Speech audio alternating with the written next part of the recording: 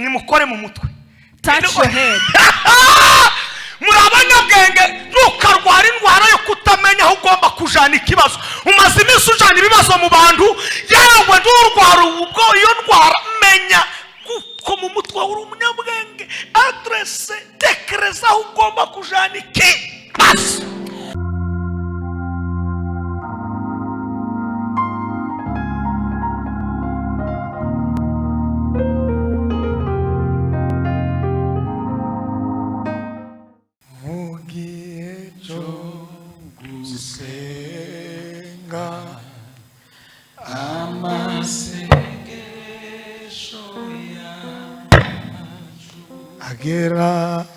Agera kurecha Hallelujah kambukani nyenyeri. Yego komeza. Umutima umuntu ujimbere Imana ugakomanga ushaka kureba Imana. Umutima umuntu ujya imbere y'Imana ugakoma kurugi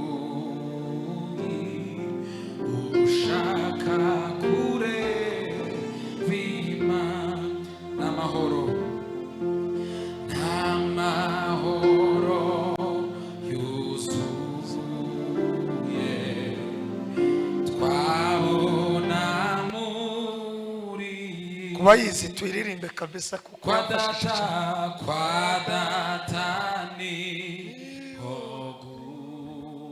gusa hasendereye amahoro. Umutima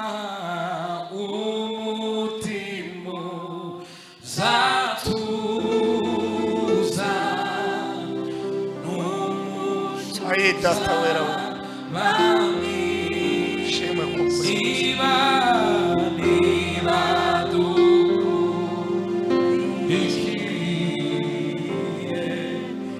inzira y'amasenge. Umutima zatuza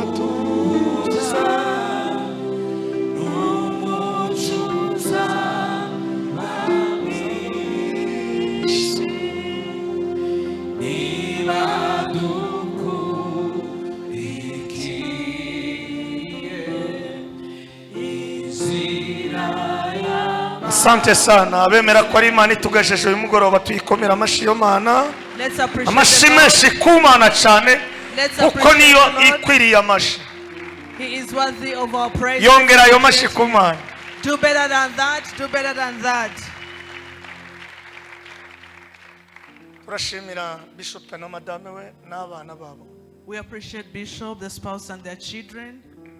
Turashimira n'abapastori bose bakorana n'abadamu babo n'abana babo. We appreciate the pastoral team together with their spouses and their children. N'inzego zose z'itorero And all ya FOURSQUARE and all departmental levels of FOURSQUARE n'abakristo mwese. and all the entire members. Twemerera no kudutumira kugira ngo ijuru n'amatayo duhagarare kuri aka gatuti. To allow us to accept for us to stand here, and you invited us to stand Uwogira here. inshuti nimwe. If anyone would have friends, that would be you. Uwogira ababyeyi nimwe. If anyone would wish for parents, those would be Nari you. kubagumbira mwese ariko munemerere dukomere Imana amashi kuko yabikoze muri ubwo buryo. I would have wished to hug all of you, but let's all appreciate the Igihe Lord cyose for umuntu what He has done. azagutumira, umuntu akaguhamagara, umuntu akakubwira ngo waramutse, uzamenye ko ari Imana yabikoze. Every time a person invites you, every time a person gives a hello to you, get to know that it is God through him. Mumfashe dushimire abantu babiri. Allow me to appreciate two people. abadukurikiranye online n'abantu ngunda kandi umuntu ufata umwanya we agafata na data ze akazikoresha kugira ngo gukurikirane yewe mutaravukanye utanamuzi wenda abakoze igikorwa gikomeye mufashe tubakomera amashaba abantu baba batera iteka rikomeye. Join me to celebrate those following online. They usually use their data. Some of the times we do not know them or we do not come from same areas, but this is something good they do and you have to appreciate them. Munemerere kandi mfashe dushimire gihugu hamwe n'abakora mu nzego za leta n'ubuyobozi bwacu tubashimire cyane kuko nibishingira akamaro. Let's also appreciate. Hari abadakoma amashi kurareka kuyakoma se kandi ari byiza. Ati gitanga ongera amashi. And all the government leaders and all the leadership. Let's appreciate them. Nibwo buzima Fisama Horadashira ubimenya nibwo buzima Fisama Horadashira. Abatanzi nitwa Matayo Ntamahize Muhoza. For those who do not know me, I am by names of Matayo Ntamahize Muhoza. Kunda kubivuga kuko nje mbibona ko ari ibitangaza bikomeye umudamu n'umwe abana ni barindwi abakwe babiri abuzukuru babiri. I usually introduce myself by saying that I have one spouse, 7 children and 2 grandchildren with 2 sons-in-law. Gwese kubera ikaza bivuga wowe uzabireke nje ndabizi kuko abadafite abana ko bararira abadafite abakwe ko barasenga kugira ngo bababone.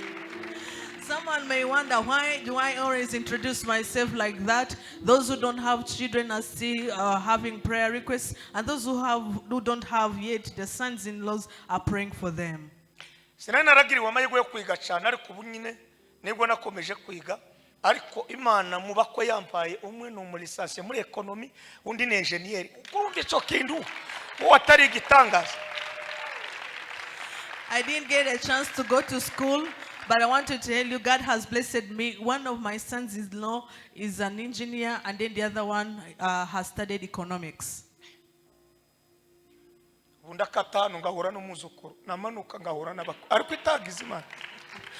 I go on the right side, I meet my grandkids. When I go on the left side, I meet my sons-in-law. So I'm really blessed. Holy Spirit Fire Church. I'm coming from Holy Spirit Fire Church. We have a wonderful church that has wonderful administration. Wanje mukuru ni apostle wile tumini ndamukunda mubagabo nkunda kwisi ndamukunda umugabo ugira urukundo utaje arobanura kubutoni uzuza akaguhobera ndakubwira naye musajja gwe naye nkwagana nyo naye uri musajja wa Katonda naye amafuta ga Katonda gali kugwe. I love my pastor. He's among the pastors that I love. The men that I love, he's called Willie Tumwine. I usually hug him and I tell him, I love you so much. Ndamugani ndagukunda amafuta y'Imana ari ku buzima bwawe. Tugende mu ijambo ryacu. Let's dive into the word. We are still in the book of prayer. Yesterday we spoke about 7 hands. And today I want us to speak more about the hands of the church. And we shall be looking at the people who knew the value of the church and what they have benefited from the church. Let's read 2 books.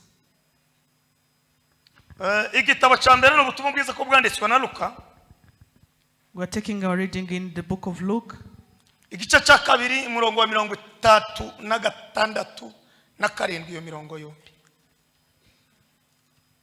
Umuntu umuhangozi gusoma araza gusoma. Bagweze microphone wenda nimba bitagora. Tumubwiza ko bwanditswe na Luka. Ibice bibiri 36 na 37. Sabe mu izina rya Yesu. Hariho n'umuhanuzikazi witwaga Ana, yego, mwene Fenuweli, yego, wo mu muryango wa Asheri. Haleluya. Yari umukecuru wa kera amaze gushyingirwa yamaranye n'umugabo we imyaka 7 noneho amara imyaka 84 ari umupfakazi. Yego. Yahoraga mu rusengero aramya Imana. Cyo ni cyambere. Yiyiriza ubusa. Cyo ni cyakabiri. Asenga ku manywa na nijoro. Cyo ni cyagatatu. Muri uwo mwanya nawe araza ashima Imana. Avuga ibya Yesu abibwira bose bari bategereje gucungurwa kw'i Yerusalemu. Okay, amateka arya birumvikana. Dukomeze. Amateka ya kabiri oya. Tugende mu gitabo cya kabiri. Amateka ya kabiri. Ibice 32. Amateka ya kabiri. 2 Chronicles. Yes. 32. Chapter 32. Murongo wa 20. Verses 20 to 21.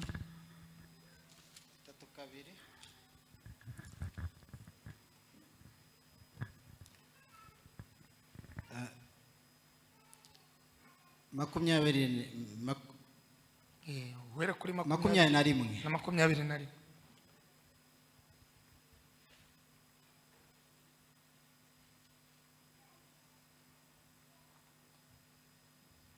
Hari amagambo ya Hezekiah. Ibyo bituma umwami Hezekiah n'umuhanuzi Yesaya mwene Amosi basenga batakambira iyo mu ijuru. Nuko Uwiteka yohereza marayika atsemba abagabo bakomeye bose b'intwari n'abatware n'abagabo bari mu ngerero z'umwami wa Ashuri. Maze asubira mu gihugu cye akozwe n'isoni.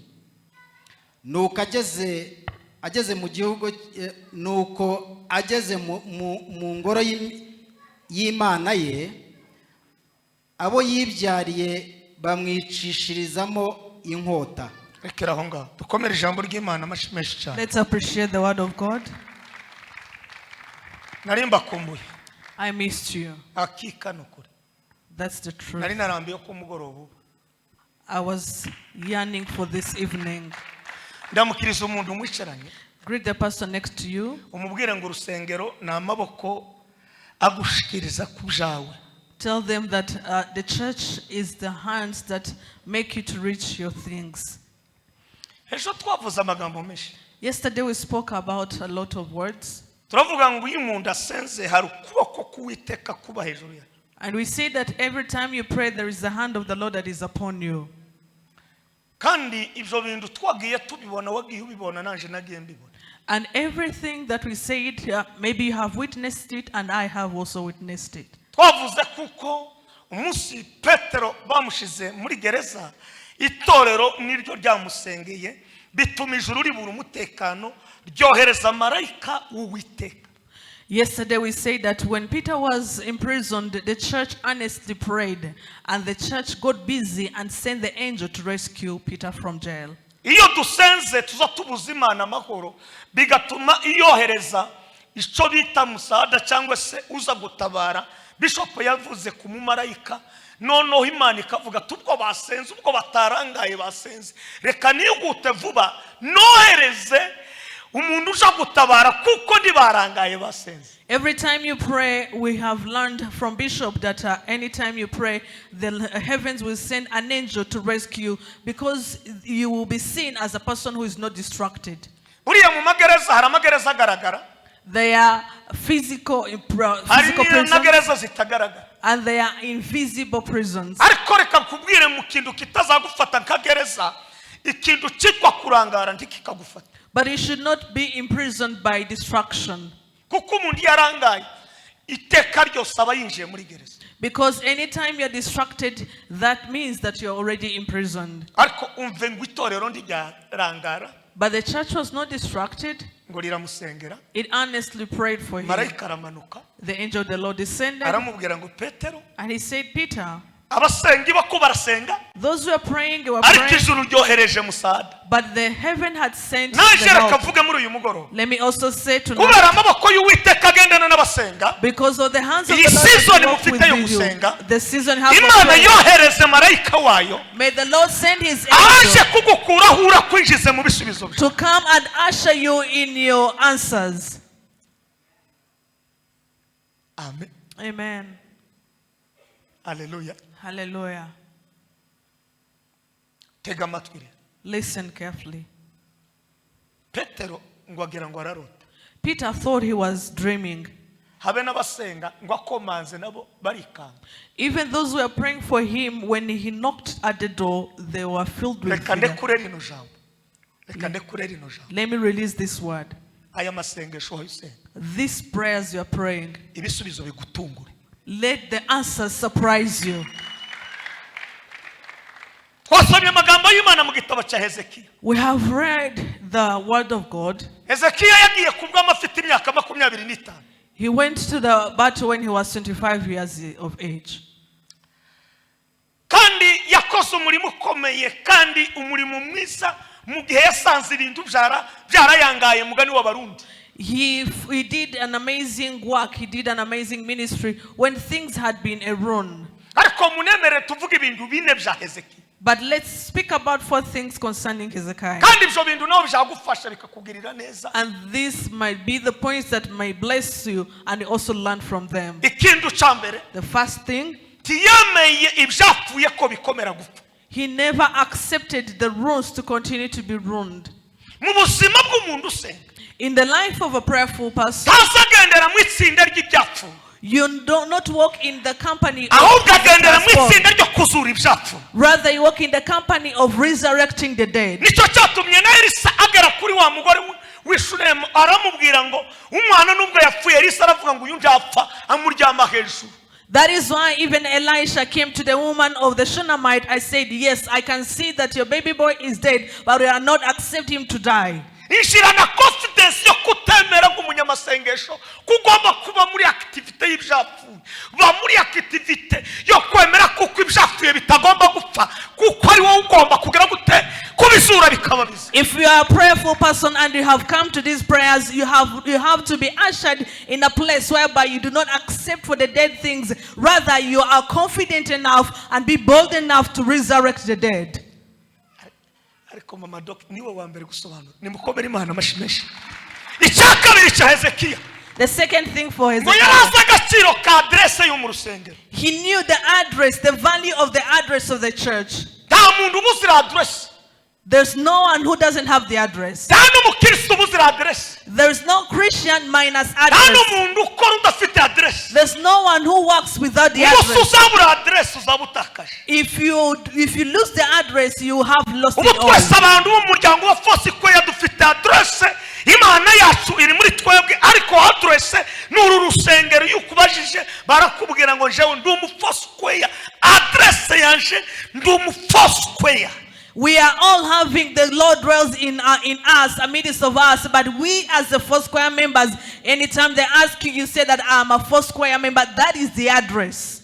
Imana ya Isiraheli The Lord of Israel. iguhesha ubwenge bwo kumenya agaciro ka adresse yawe. May He give you the knowledge and the wisdom of knowing the value of your address. Bikomera amashimani iyo Mana irakomeye cyane. Celebrate the Lord for that. Aheza agaciro urusengero. He valued the church. Ijambo rya gatatu Third, rya Hezekiah. the third we learned from Nuko Hezekiah. ngo yagaza yitanga ibyiwe muri urwo rusengero. He used to give his belongings to the church. Ngo akagirira imfubyi n'abapfakazi. Ndumva kuko wenda icyo za mitiweli ariko reka mvuge muri iki gihe umuntu wese uzi adresse icyo ari cyo yaramenye Imana agomba kumenya gukora agafasha abantu batishoboye agatanga na za mitiweli. And then he used to help the needy, the poor, the widows and the orphans. If we take it to our time, maybe you have to pay for the insurance. You help the needy and you help also the poor. Nimuzamure ibiganza. Raise up your hands. Nimukomere Imana amashimeshi. Give a round of applause to God. Icyo kintu warangije kugikora. After doing that, niho usomye muri Isaya 38 ndakeka Bibiliya iravuga ngo Isaya Imana iramutuma ngo ugende ubwire Hezekiah ngo igihe cyo gupfa cye kirageze. I believe if you read maybe in Isaiah 38, that's when the angel of the Lord said that go and tell Hezekiah that he's about to die. Nashimye Hezekiah. I appreciated him. Amavuta yiwe aravuga ngo ndubwo ndumwami. His anointing says that even though I am a king, ariko simfite capacity yo kugira impaka n'umuhanuzi. but I don't have the capacity to argue with a prophet. Nuhura n'umuntu kurusha capacity yari yo yose. If you meet with someone who has the capacity in something more than you do, Tugasakuzanye nawe. do not argue. Hari ahantu tuzotuje gusakuriza. There are places we go to argue. Hezekiah yinjira muri pasi. And then he went to his past. Now he said that if the prophet has been sent, I have also to go to the one who has sent the prophet. I am blessed. Give the glory to God. Say hallelujah. I'm not going to shout at the prophet. The anointing of the prophet or the prophecy is the mighty hand. But I got to know the information of the one who sent me. That is why I'm also going to shout. And he told God, the time I was in the church, I did not accept things to go wrong. And I prayed. I did good to people. Now you are giving me a reward of death. I have not seen death. Do not speak loudly to people. Do not shout at people. This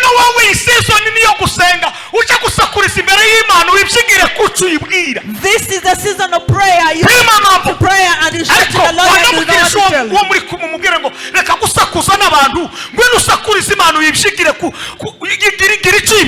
you. Come to tell the person next to you that this is the time you have to come in prayer, and you pray at your loudest voice, and you have to be having something that you are praying for. Hallelujah.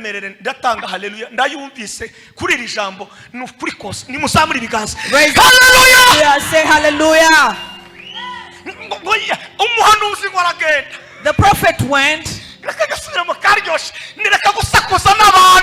Don't shout with people.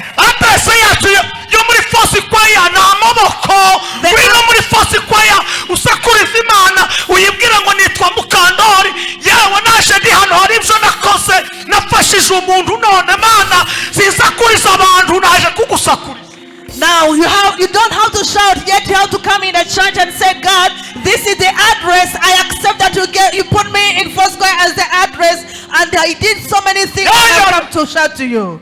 They do not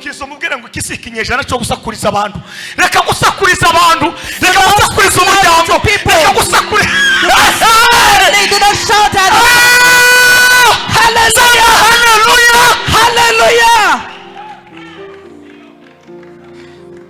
Kandi yahubukaga agasakuriza Isaya. Abahanuzi buriya bagira kategori zimwe zitandukanye. Umutipe ari kumubwira ngo nubundi pfanye nasiga nguhambye.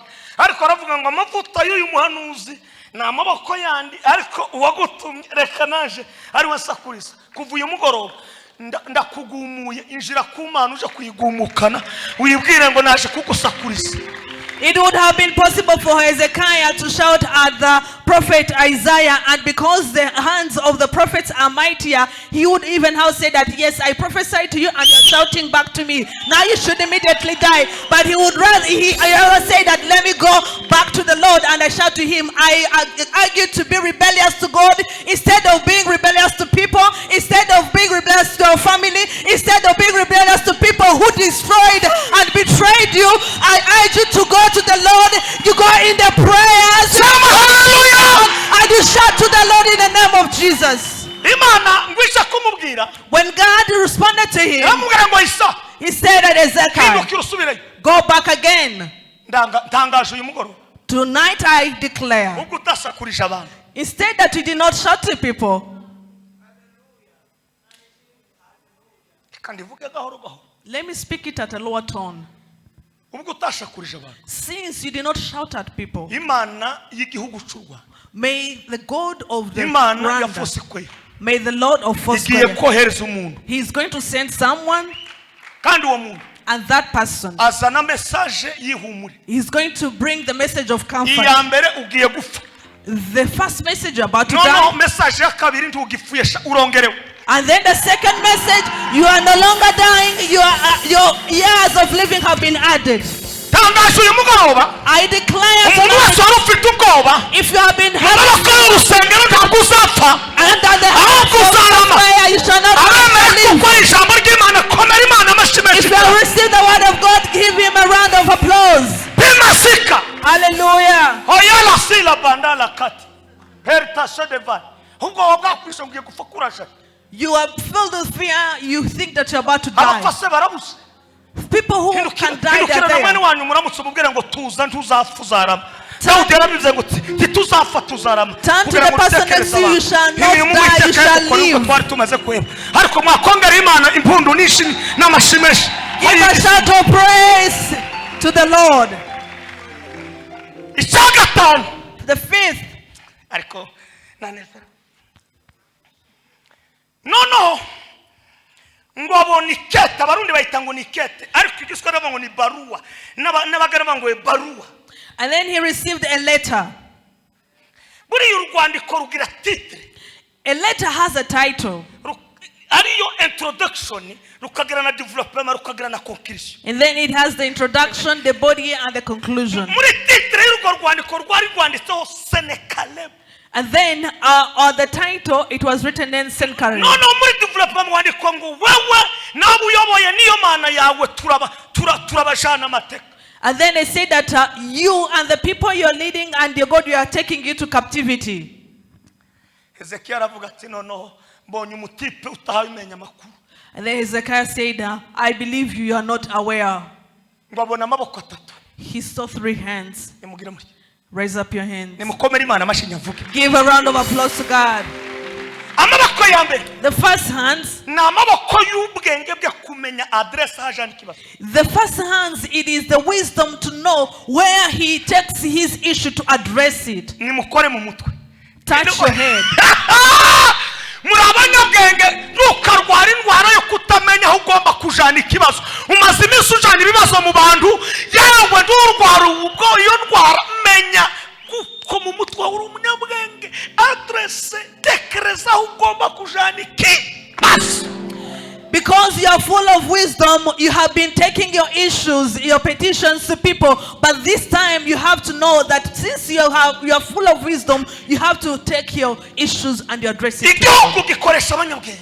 The country employs the wise men. FOURSQUARE ikoresha abanyabwenge. FOURSQUARE employs the wise people. Naje abonyoboye ikoresha abanyabwenge. And even me, the people I lead, they are full of wisdom. Ndasanzwe uyu mugoroba Imana ya Isiraheli ikusuzamo ubwenge kuko ubwenge nibwo buza bumenya adresse y'ahantu tugenda hazima. I pray tonight, God, to fill with you the wisdom so that the wisdom will cause you to know where you take your issues. Usomye mu bami ba mbere igice cya 3 n'umurongo wa 4 kugeza kwa 12 Salomo ngubwenge bwe buramubwira ngo reka zamuka i Gibeyoni ngo haje gutaramira Imana ngo akizamukayo Imana ngo irangize imureba ukunda atanze amaturo ngo arangiza araryama Imana ya Isiraheli amubwira ngo shasaro saba icyo ushaka ubwenge ntabwo ari haleluya ntabwo ari ugusakuza ubwenge. And then when we read in 1 Kings chapter 3, it says that Solomon went to the prayer mountain and he did not ask for any other thing. Yet he had people who were stiff-necked. He rather prayed and asked for wisdom. And God said that since you have asked for none other than the wisdom, I'm going to give you wisdom and I'm going to add the rest to you. Let's raise our hands. Icyongereza naje ndikirimo ko ndaciga. Iyo baheba kivuga neza nzana amaja mu muka ariko mbere byari byarangoye. Nimuzamuri biganza gara dutange haleluya. Haleluya! Hallelujah. Pasa osima sikala kati. Haleluya Salomo yatanze. He never shouted hallelujah. Hoye ndi ashakurije mu rugo ngo ababwiye ubwenge aravuga ngo reka zamuka i Gibeyoni. And then he decided to go at the Mount of Gibeon to pray. kandi nizamuka yose nzamuka ndimbokombo. And if I go there, I'll not go empty-handed. Iyo utekereje ibintu binini Imana igukorera ibintu binini. When you think of the huge things God will do, ndasenze iyi season reka gutekereza ibintu bike, zamukana ibintu binini muri iyi season y'amasengesho. Imana iri mu ijuru ifite ibigega byayo, igiye gukorera abantu batekereza ibintu binini. FOURSQUARE ni mutekereza ibintu binini. Ndabona iyi season yanyu Imana ije kubagirira neza ku bantu batekereza ibintu biki, ibintu binini. FOURSQUARE, I can see the Lord is doing great things amidst you, but it is your time for you to have big ideas, because as big as your mind thinks of, that's how God will bless you. Ndamukirizo mwishara. Umubwira ngo va mu bunebwe bwo gutekereza ibintu. Tekereza ibintu binini. Turn to the person next to you, ask them how to have big ideas. Let's celebrate the Lord once again. Do better than that. Do better than that. Appreciate the Lord more than that. The second hand he saw. This is the hands of Isaiah, the prophet Isaiah we read about. Let me tell you, if you love your pastor and you love the prophet of your pastor, everything he declares, it passes, it comes to pass.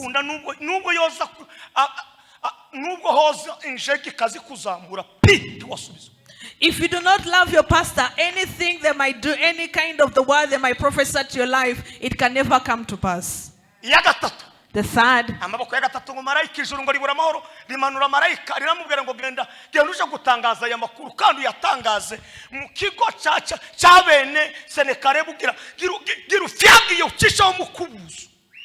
and then he said that the third, it is the angel who came and said that go to the house of Sennacherib and to tell them to wipe, to sweep. If he knew the address at the hands of the church, any kind of temptation or a problem he had like Sennacherib, from today it is going to be no more.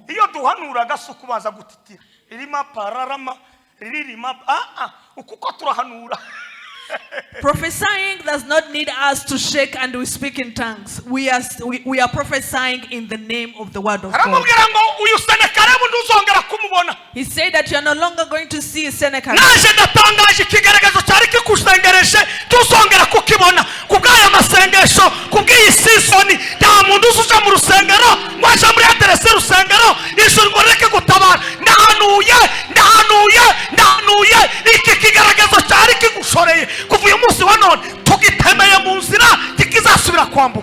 I declare and announce tonight that if you have come to the mountain of prayer under the hands of the prayer, any issue, any problem, any temptation you have been facing, it is no longer going to be there in the name of Jesus.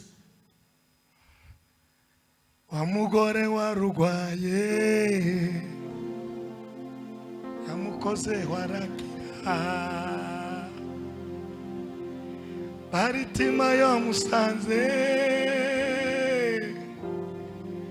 amukora barabona nanje bwa mugomubonye nizeye biremera. Those who believe that the Lord is about to do something, give mana we erega sinakurekura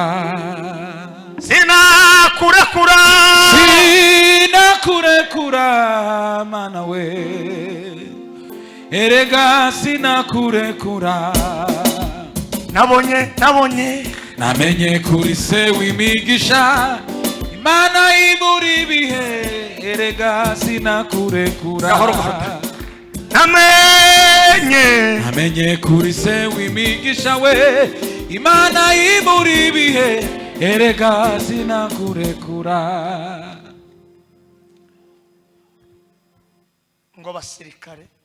the soldiers, the soldiers of Sennacherib, 185,000, they died instantly.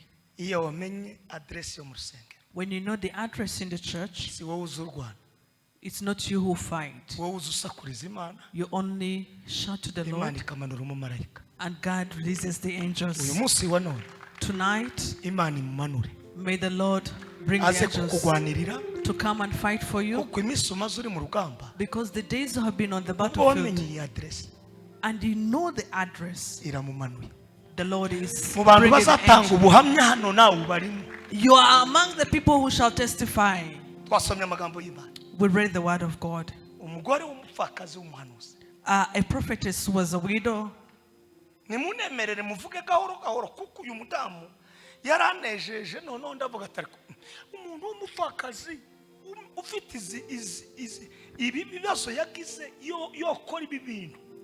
Now I'm about to speak her at a lower tone. I wondered the issues she was facing of the life, but she did amazing things.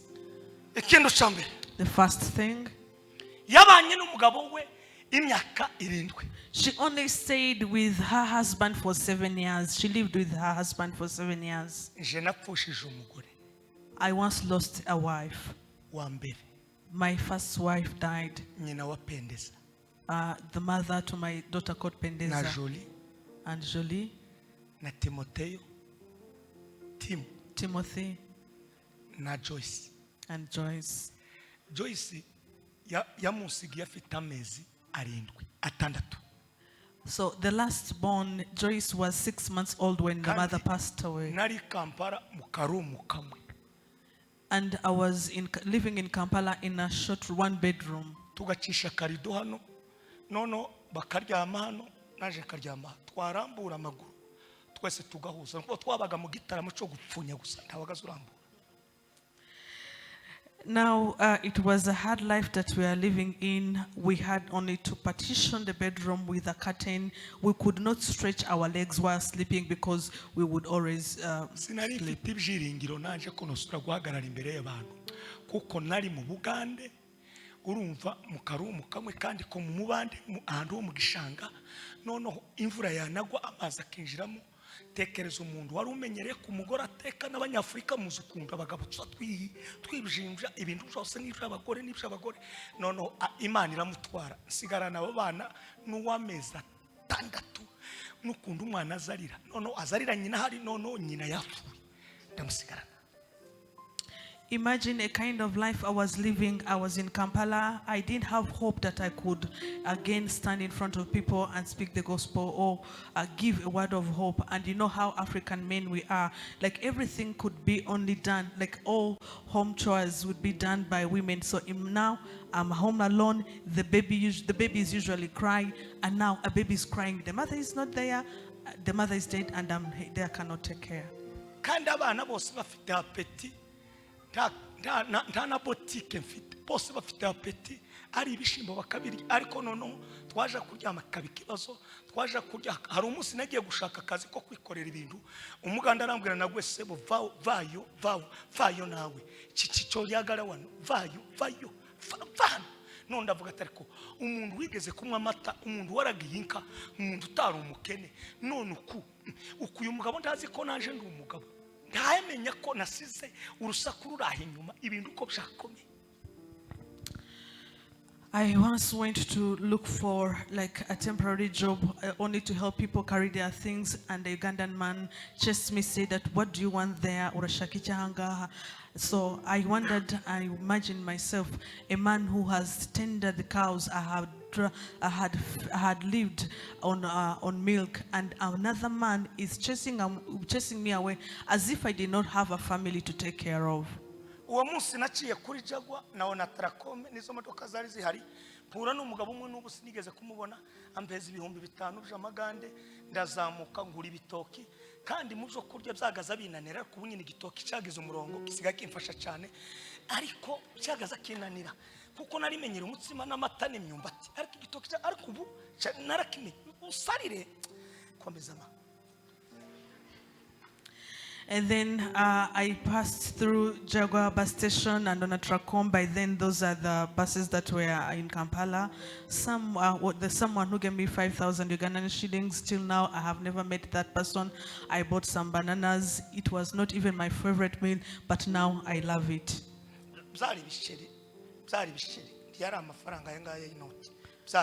There were coins. I put the coins in a pocket and then I ended up losing some. So I ended up having 3,000. I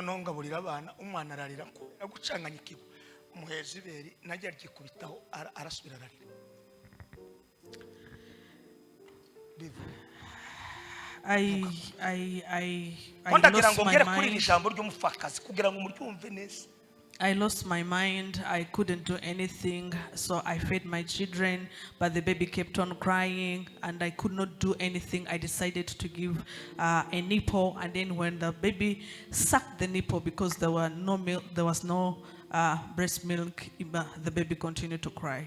muri abo ngabo ndimo mbabwira nubwo nahuye n'ico kibazo nisunza amaboko y'urusengero sinava mu rusengero nisunga amaboko y'urusengero mba mu rusengero ndasenga mu gitondo na nimugoroba zamuka prayer mountain sinaruka wa mukristo wereka kureba ibibazo isunga amaboko y'urusengero ishira mu rusengero.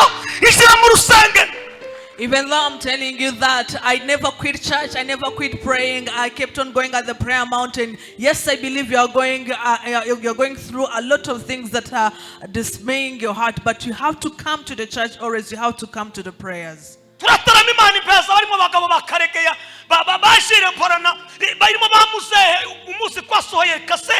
yitwa Farawo mutu mubaya no kuri obereshe niwo waduhaye radio twaririmbiye aba babyeyi twicaye iwabo tugatarama bagacumba tukarya mu gitondo n'imgoro nasize abaniri bambasa ituro ryo bampaye twataramye gusa twaririmbye kayitamanuka abana nkabashira ku ishuri ayandi tukarya ubuzima burakomeza none dore ubu mfite abakwe I continued to pray and I met men of God, and every time I would come here, we would record songs. They give me a seed, and then I go home. I pay for the school fees. We get also the meal. But you can now see the Lord has blessed me. I have sons-in-law. The Lord has done amazing in my life.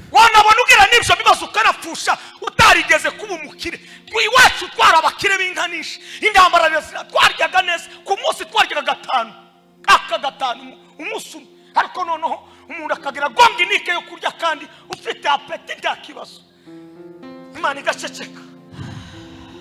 At least you would go through such issues, such kind of life if you're a poor. But I want to tell you that from my home where I grew up, we used to eat 5 meals a day. But imagine going in this situation and you eat once in a day and you have to eat past lunch so that you cover the whole day, yet you have the full appetite.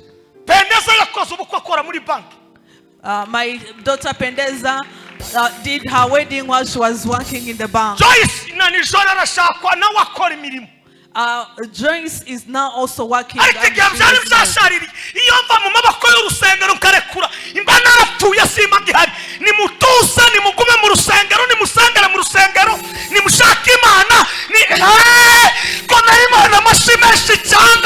Give a round of applause to God. Anything that you are going through, you have to be still, you have to be calm, you have to continually come, you have to keep on coming to the church.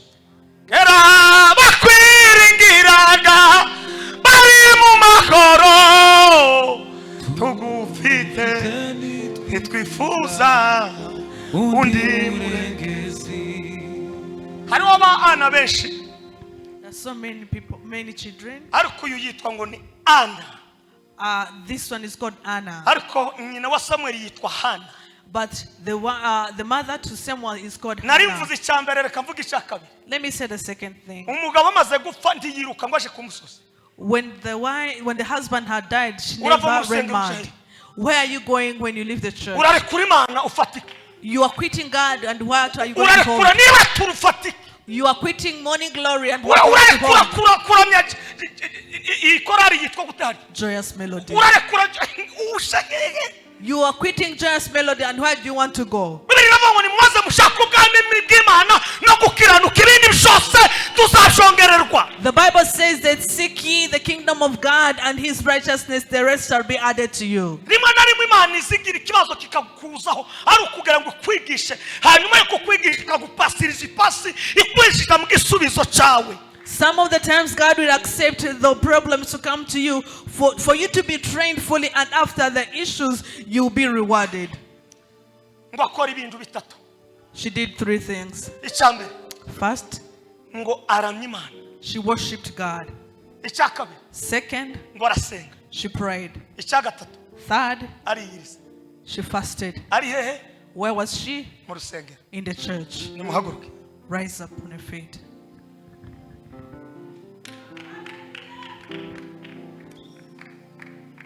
None uwapfushije imyaka 7 umugabo aramusize ngo yamaje mu rusengero kandi ngo ageza mu myaka 89 ngo ari mu rusengero naho wowe muri weekend ku cyumweru gusa n'uzuga ariko igitangaza kirabaye baje muri nibature ntuzuza baje kuwa kabiri ntuzuza kuwa mbere ntuzuza bapanga gusenga ntuzuza wowe gusa ibyifuzo nibiba ngo nibagusenge ariko wabaye ute uri mu kumera guturi mu gutekereza gute nimumenye amaboko y'urusengero nimuze musenge nubwo ibibazo bihari ibibazo ntibizakwica hari Imana iyohereza ugutabara uyu munsi wa none uyu mugoroba wa none iyantabaye ikangirira neza nawe ndabwo uri ku rutonde rwo kugirirwa neza niyo mpamvu. You are also on the list of being blessed by God. That is why you should not quit prayers.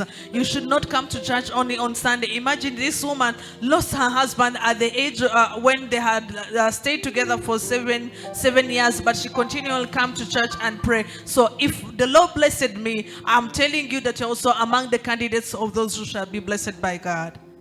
Munemerere twakira umushumba kuko kubabwira nunganira ejo nibwo tuzagabanya muri overnight ariko amakuru agezweho mugende muhumure mutuze iyatabaye bariya bagize ibibazo abahungiye mu maboko y'urusengero nimureke kurangana mu kuvuga Imana ibagiriye neza imwakira ijambo ry'Imana. Receive the word of God. Tomorrow shall continue, but let's appreciate the word of God and also welcoming Bishop.